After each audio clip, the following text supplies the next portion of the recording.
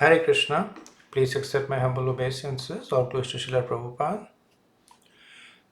So today we will continue our discussion on Īśopaniṣad on mantra 8. So this mantra is in a particular kind of meter called the Jagati Chanda, which is 4 lines of 12 syllables each, and in some cases there are exceptions. Saparyagaka shukram akayam avranam ashnaviram shudam apapaviddham kavir manisi paribhu swayambhur yathatyaturthan vyadadat shashvatibhya samabhya. Such a person must factually know the greatest of all, the personality of Godhead, who is unembodied, omniscient, beyond reproach, without veins, pure and uncontaminated. The self-sufficient philosopher who has been fulfilling everyone's desire since time immemorial. So quick recap that in this section of 5 verses 4 to 8, the focus is on the Lord as the object of the vision. So mantras 4 and 5, they explain how the Lord is beyond the material vision, that he is materially inconceivable. In mantras 6 and 7, the guidance is for the aspiring devotee to start developing a spiritual vision by applying it to the material world. So first by applying the spiritual vision to material things, material events, and then finally to people. So this is essentially training one's vision to ultimately see the spiritual form of the Lord. So these 4 mantras, they talked about the Achintya Bheda Bhed, the simultaneous one and difference between the Lord and the material world, and between the Lord and the Jiva. That's why generally this term is used. So this is described as the vision of the Mahabhagavat, the ability to see matter as spirit, and finally the ability to see spirit as spirit. Right? So this is the vision of the Mahabhagavat, and the guidance is that an aspiring devotee develops and reaches this stage of the vision through the process of anupashyati. So anupashyati means following, and the following could be following the scriptures or following the other devotees, or both. So this particular mantra continues with the description of the form and qualities of the Lord. And it is the last mantra in this section. From the next section, a new topic is going to be discussed. Summary explanation of the mantra. So the previous mantras were more Upanishadic, that they describe the Lord's qualities in an analytical form. He is inside, outside, far, near, predicated on space and time. Right? And this verse describes the Lord in a more poetic manner, which is generally found in the Puranas. So the result of perceiving the Atma by the qualified person is described in the previous verses. And that result matures in this vision. Right? So, in the previous mantras, the Mahabhagavat is described who is able to see the Lord with all the apparent material contradictions. And it matures into the Paryagat. Into the Paryagat is that the attainment of Paramatma. So essentially this mantra is the description of the nature of that Paramatma. He is Shukram. Shukram means pure consciousness and bliss. Akayam means having a body, and Akayam means no body, and in this context no material body. He is Avaranam, which means without faults, because he is perfect. Then Ashnaviram means without veins, which means that the body of the Lord, so the material body has veins because it needs the whole circulation, but the Lord's body is Ashnaviram because it's not like a material body. Shuddham, no impurity, completely pure, right? Apap vidham, devoid of both pap and punya, right? And though he is without a material body, by his inconceivable energy, he creates, maintains, and destroys this material universe. So therefore this verse is saying that the man in knowledge sees the Atma Brahman as the person who established Vedadat eternally, Shashvatabhya, Samabhya, all the objects with the real form. That Yatha Tathyata Aran, and then his further quality is described: omniscient, Kavi, intelligent, Manasi, Paribhu, controller of everything, and Swayambhavu, fully independent. Right? So this is what a man in knowledge sees. This is the vision of the Lord that is bestowed upon a liberated soul. So a thematic analysis of purport by Srila Prabhupada. And Prabhupada essentially takes each of the qualities that have been given in the mantra and expands upon it. So first two paragraphs talk about Akayam, that is unembodied, and Ashnaviram, without veins. Then paragraph 2 to 4 talks about Shukram, that he is omnipotent. P5 and P6 talk about Yathatyato Arthan, that is the fulfiller of desires. Paribhu means that he is the greatest of all. It's explained in para 7. Para 8 talks about Swayambhu, he is self-sufficient. Shuddham, antiseptic, apapidham, prophylatic, is explained in para 8 of the purport. Right?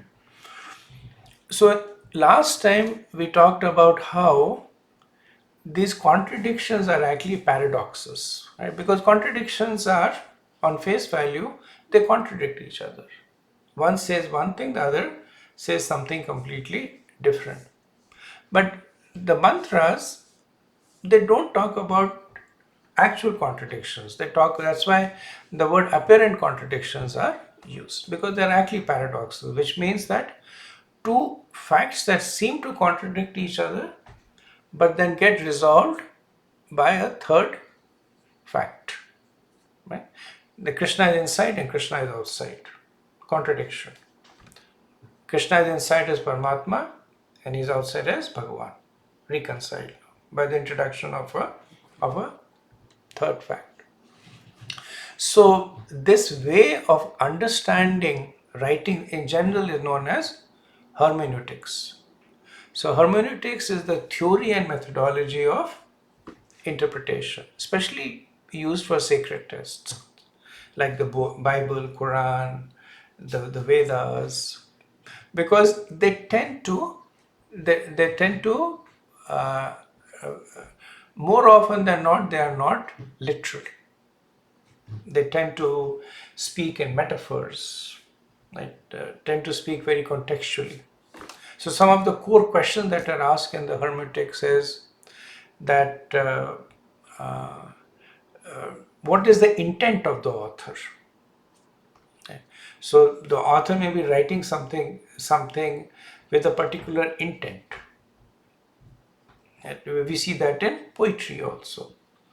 That Robert Frost writes that miles to go before I sleep. Right. So there is one way of reading it, which just means that I have to travel along before I have to travel a lot before I take rest. Right. But the author's intent is that he is talking about death. So then there is that relationship between it's saying miles to go before I sleep, but essentially what he is saying that I have a long life to live before I die. So when applied to spirituality, then this is one of the core questions that is asked when one is interpreting the writings. Then we mentioned also last time that more important than text is context, or at least as important as text is context. That one should not make the mistake of either reading things without context, or worse, applying a incorrect context to it. Like in the Bhagavatam, Narad Muni preaches to Yudhishthir. He says that Jiva Jiva, Jiva Jiva Jivasya. That one living entity is food for another living entity. Right? And this line is quoted by people saying that even in the Bhagavatam, there is justification for meat eating. In fact, it is endorsed, like Jiva Jiva Jivasya. It's saying there that one Jiva provides the life for another Jiva. Right? But if you look at the broader context, Narad Muni speaks that verse when Yudhishthir is temporarily bewildered by Dhritarashtra leaving the palace and going away. And Yudhishthir is bewildered, saying, what has happened to Dhritarashtra? Did I offend him? And what, he's blind and old, what if he dies? And at that time Narad Muni is saying that if he dies, then that's the cycle of existence. That one takes birth and then one dies, and then the body becomes food for worms and other creatures. So in this way, one life is creating life for others. So it's a whole different philosophical understanding of how the soul is eternal and the body temporary. But when you take that particular line out of context, you can use it for a different thing. So that's why context is important. Then can a text have multiple valid meanings?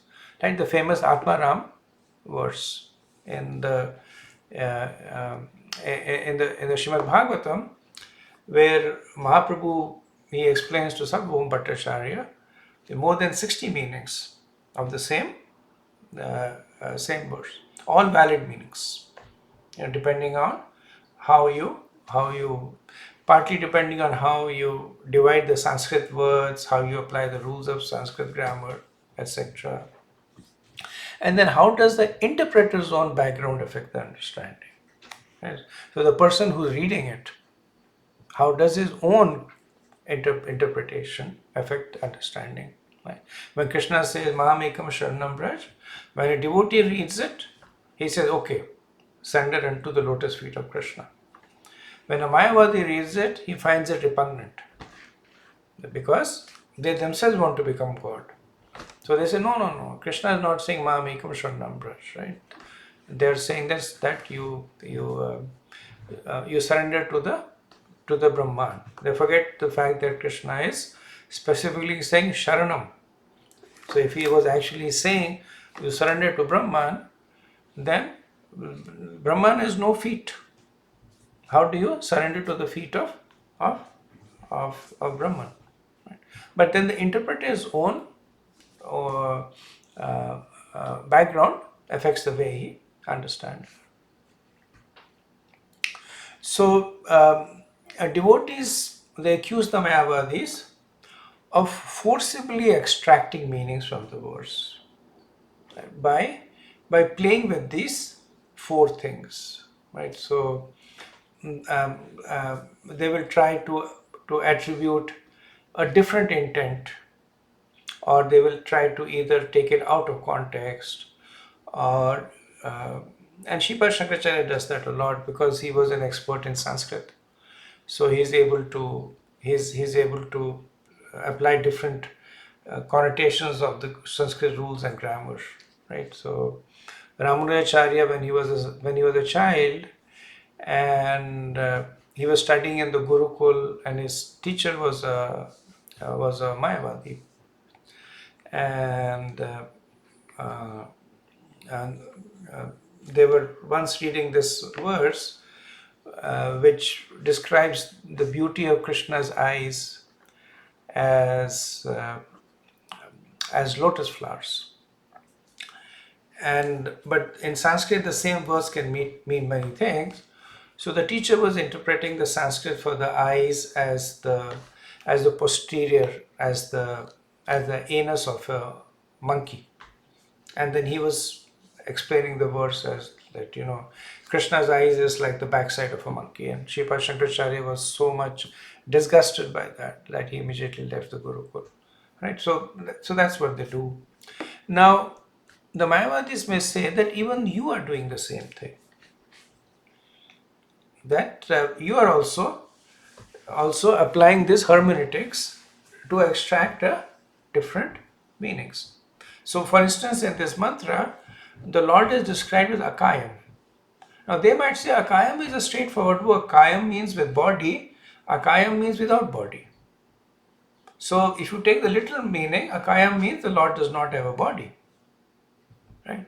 But what the devotees say is that no, what Akayam means, that the Lord does not have a material body. So, the Mayavadis will accuse the devotees of saying that you are the ones who are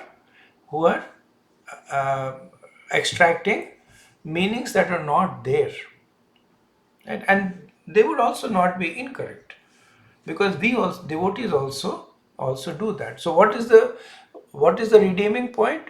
The redeeming point is anupashyati, and so the devotees follow those who follow the Lord.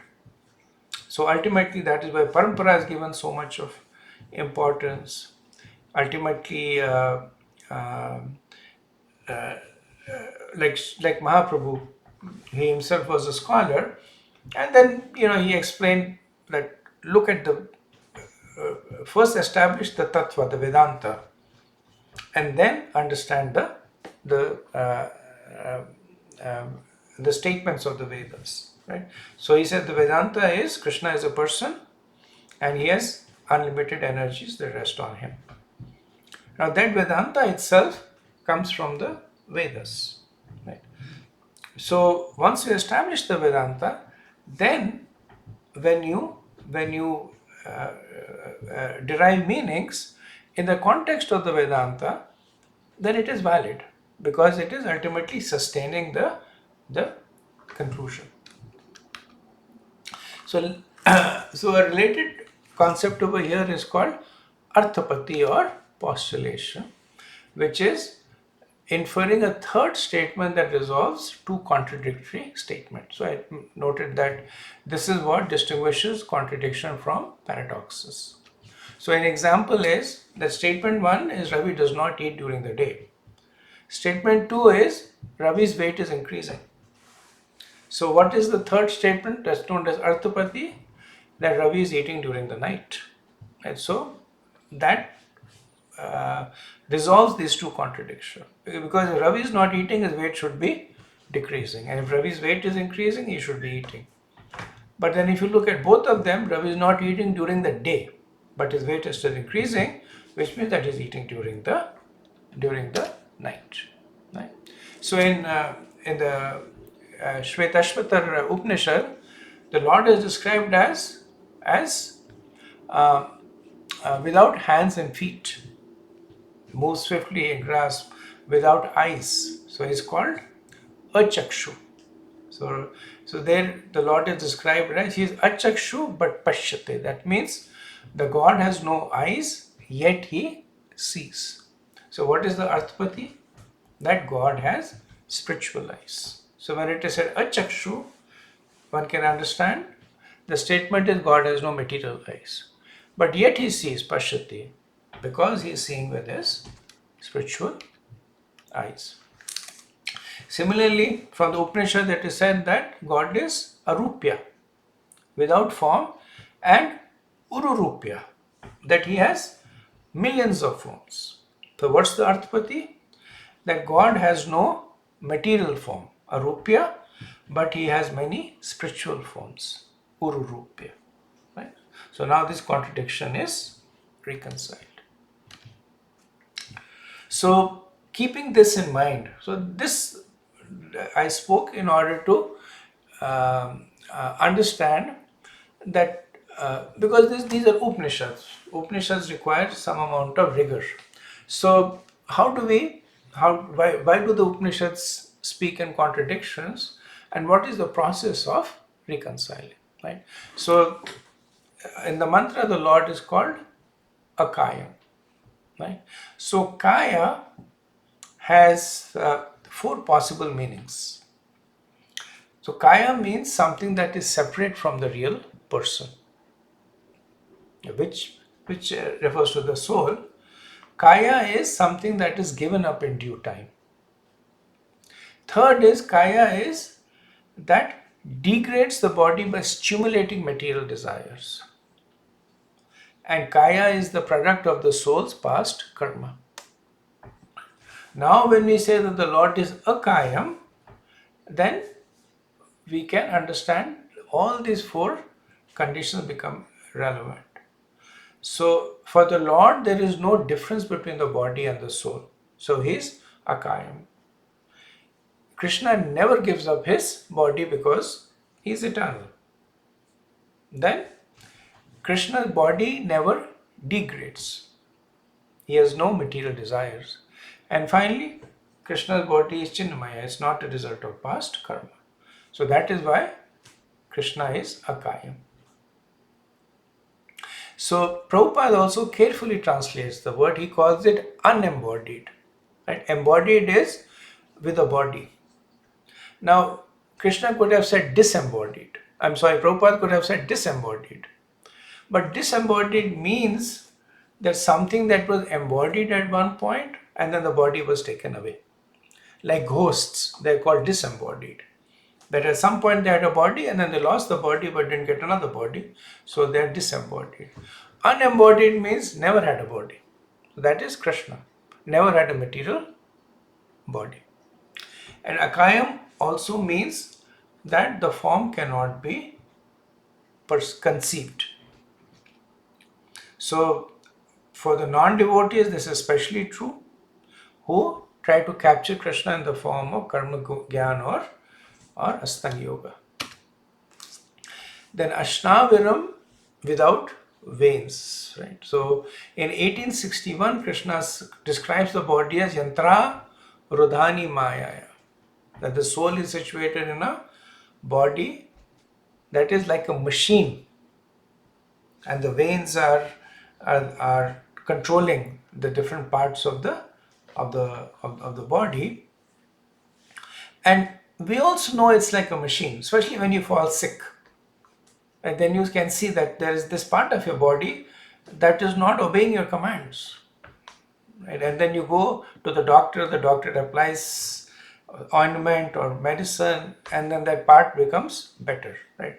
So when you're sick, then you get this more stark realization of how you're sitting in a body made of different material elements. But Krishna's body is fully spiritual. It's not a machine that is carrying the soul. He is Sachidanand Vigraha. According to some acharyas, Ashnaviram means that he does not have a gross body, and Akayam means that he does not have a subtle body. So when the two are combined, Akayam Ashnavaram means that he has neither a gross and nor a subtle body, but a completely spiritual body. Then Shukram is omnipotent, right? 7 ways his omnipotency is described, that he has all potencies. Anything you imagine, Krishna has it. Then all parts of his body have the same potency. Yangani Yasya. So this is the Brahma Samhita, a mantra that says that from any one part of the body, Krishna can perform the function of any other part of the body. Third is that his potency is experienced everywhere. Fourth is he is enjoying everywhere by his potency. Fifth is that his potency transcends matter and spirit. Right? Which means that Krishna's potency can even imbue matter and convert it to spirit, like deities. Sixth means that he reserves the right to reveal himself, which means that his potency exceeds that of anyone. There is nobody powerful enough who can force Krishna to reveal himself. Krishna will only reveal when he wants to, which means that his potency exceeds that of everyone. And the seventh is the more conventional understanding. Omnipotent means that he is present everywhere by his personal and separated expansions. Then yathat yataha arthan yadadat. He is fulfilling everyone's desires. Right? So the first reaction is, this is not true. The person will say, I have so many desires, and Krishna has yet to fulfill most of my desires. So there are a group of people called Karmavad. So Karmavadis, they say that my destiny is in my hand. Whatever is happening is because of my own effort. Then there are Daivavad. Daivavad means that everything is determined by a superior power. Nothing is in my hand. And then most of the people are in a combination of karma and Daivavad, where they say that whatever we get is the result of my karma and divine oversight. So this is my qualification plus bestowal gives me the result. Like example of a judge, that he evaluates the case on its merit, but then he casts his judgment. That's the result. So combination of the two. Now whether the person accepts it or not, the component of bestowal is always there. So if the person is saying I'm karmavad, everything is in my hand, for that them also Krishna is the supplier. Right? Srila Prabhupada had this humorous exchange that he was walking on the side of the beach in Juhu, and there was a local businessman who was kind of atheistic, who started arguing with them, and he said that I have a factory, I make this, I make that, and he was using sand to make something else. And then Prabhupada says that, where do you get the sand? And he said, it's everywhere, I get the sand. I said, yeah, but if you're truly independent, you make your own sand. And he started laughing. And Prabhupada said that there are some people who are small thieves, there are some people who are big thieves. Hiranyakashipu was a big thief, you're a small thief. And Prabhupada, of course, because of his potency, and everybody listened to him very respectfully. So example of this is a farmer who's sowing the seeds and then waiting for the rain. Right? So that effort is there, but then there is the divine, there is the divine aspect to it also. If he does not sow the seed, even if the rains fall, nothing will grow. If he sows the seed, if the rain does not fall, nothing grows. But the two of them come together. So non-devotees, what they typically do is when they get the desired action, they say karmafal, that I worked hard to get it. And when they get undesirable actions, they say devyafal, right? So if somebody sits in an exam and does well, he says that I worked hard. And he sits in another exam and does not do well, and he says bad luck. The, the, the powers to be, the divine powers, did not support me. The devotees look at it differently. That when they get the desired results, they say it is Daivafal, Krishna's mercy. When they get undesirable result, they say it's my karma that I am suffering from. So Daivafal is actually the first is Karma Daivafal and the latter is Daivafal. Why? Because for the devotees, so Deva in this case means Krishna. For the devotees, Krishna's hand is always there. So when the devotees desire and deserve, Krishna gives them. But the understanding is that when the devotees are getting undesirable results, then it is definitely coming from Krishna. Because why would Krishna give undesirable results to his devotees when he has claimed so many times that he is there to protect his devotees? Because those undesirable results are actually protecting the devotees. So it is said that people try to use the present to shape the future. Like so, they use the current time to save money, to build skills, so that in future they are better positioned. Krishna, however, uses the future to shape the present. So Krishna looks at the devotee and says, in future I need you to come back to Godhead. And based on that, what is it that needs to be done now? Right? So when Krishna's hand is there, then the devotees know that it is there to, Krishna is shaping their future in a way that is spiritually helpful for them. And Krishna is described as pure, three kinds. So he is Avranam, which means that he himself is uncontaminated. He is Shuddham, which means he is purifying. So when one comes in the contact of Krishna, even if they were contaminated, they will get purified. So this is our case, that after millions of lives of material contamination, when we come in contact with Krishna, because he is Shuddham, he purifies us of the material contamination. And then Krishna is Apapavidam. Apapavidam is prophylactic, which means that he protects against future contamination. Right? So not only does Krishna purify against past contamination, but he builds an armor around you that protects you from future contamination. That is why Krishna says, Name Bhakti Prananshate. Right? He says, so for Shuddham he says, Aham tum sarpapebhyo. Right? He says, I will purify you of all your pap. That is Krishna being Shuddham. I'm saying that I am going to purify you of your contaminations. Right?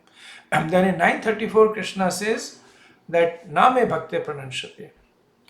So he's talking about the fact that my devotees will never perish. Why?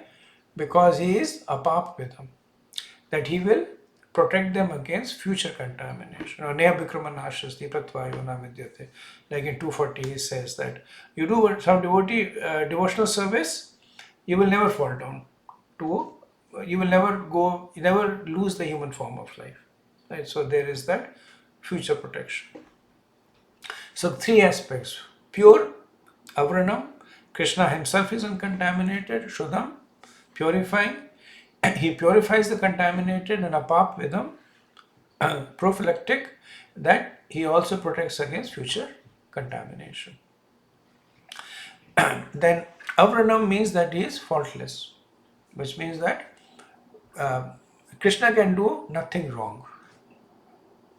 Sometimes people say that Krishna was consorting with the wives of others. That is wrong. Radha Govind Maharaj says that once he was doing Bhagavad Katha and person said, but Krishna is dancing with the wives of other husbands. Right? And Maharaj said that's wrong. That's an incorrect understanding. Actually, everything belongs to Krishna. It is the husbands who were thinking wrongly that this is my wife. Because Krishna is the only Purush, everybody else is Prakriti. And so there is nothing that Krishna can do which is wrong. And then greatest of all, he's omniscient, Kavi. Right? Kavi means poet, but it also means one who's very intelligent, one who knows everything. Right? And his special knowledge is converting matter into spirit and vice versa. Then Manasi means he is the greatest philosopher. So when we study the Īśopaniṣad, we are also becoming Manasi. Like Krishna is kindly giving us access to his mind, how he thinks, how he speaks, how he presents, right? So he is giving us the opportunity to become Manasi. And then Krishna is Swayambhavu. Swayambhavu means that he is fully self-sufficient. So not only is he Nityo Nityanam Chetnas Chetanam Eko Bahunam Yo Vidadati, not only is he supporting everyone, he does not need anybody's support. And that is why he is Paribhu. He is the greatest of all. So this mantra describes Krishna poetically as full of grandeur. Right. So now, obviously, these few qualities mentioned in this mantra are by no means comprehensive, but they give us a glimpse of Krishna's greatness. Right. And the acharyas say that Krishna has unimaginable powers, but greater than all of Krishna's power is his compassion. Right? So, knowing this, the devotees become motivated to surrender to the Lord. So, this brings us to the end of mantra 8, and this is also the end of this section of the Īśopaniṣad. Śrīla Prabhupada ki jai. Thai Gaur Premanande. Hari Hari Bol. Thank you very much.